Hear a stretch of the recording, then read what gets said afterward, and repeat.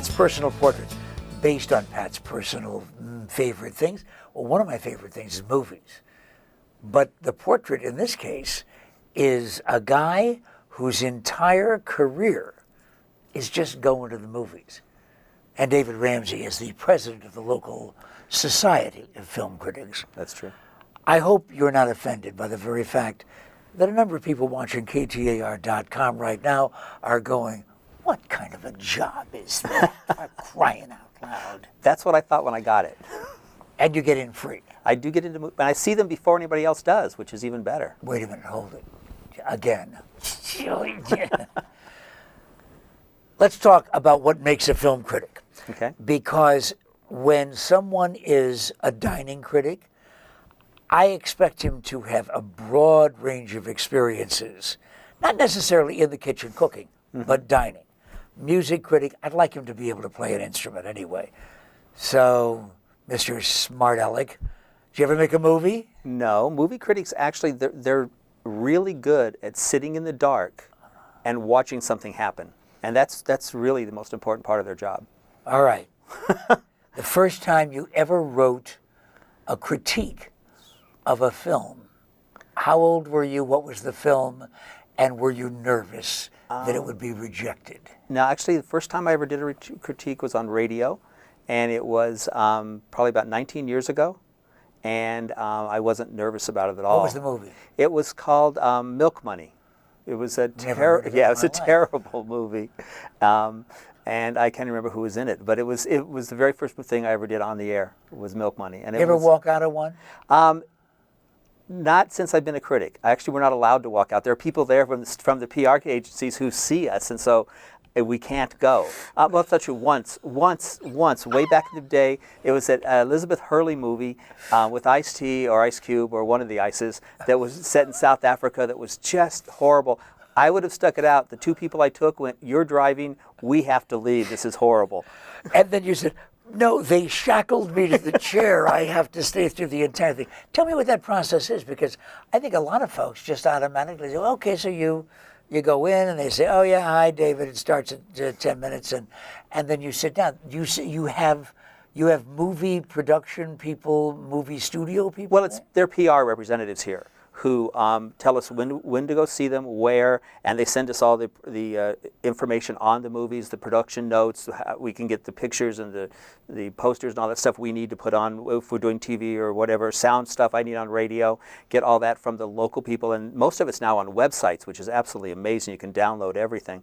And then we go to the screening, and they wand us, make sure we're not bringing in any cameras or anything like that. I'd say about half the time we get wanded, not searched, but definitely wanded. No, wait. Well, hold on just a second.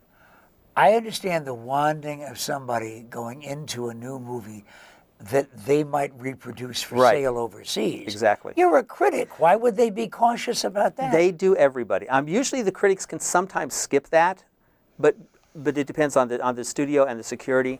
But we do get wanded. We're not allowed to bring our phones in, but I will tell you that I have brought my phone into almost every movie and never been caught. Have you grown fond of the wanding process? No, it's very aggravating actually, because I have to take everything out of my pockets. And if you're trying to hold a drink and popcorn or whatever, and then emptying your pockets, it's a mess.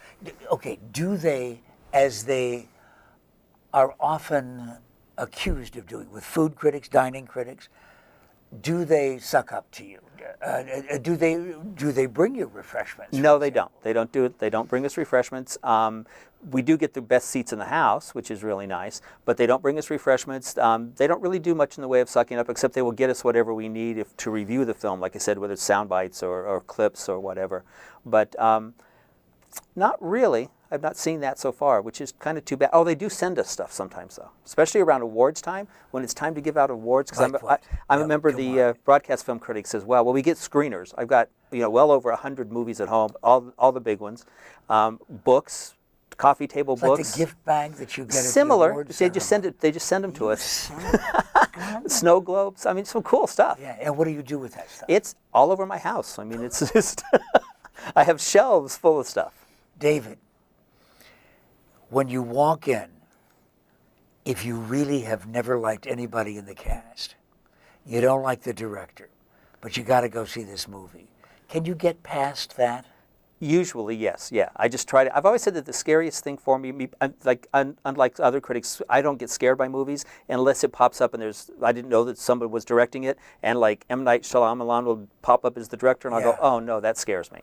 But you do try to put that aside and just watch the film. I have had films where there were people that I didn't like beforehand and loved them in that role. Same thing with directors. So yeah, it's the movie itself that matters. And finally, how old are your kids? My kids are, how old are 27, 24, and 23-year-old twins. Okay, early on, when they were kids, is there one film that you said, gang, sit down, I want you to see what movies are all about? That would have been Bringing Up Baby with Cary Grant and Katharine Hepburn.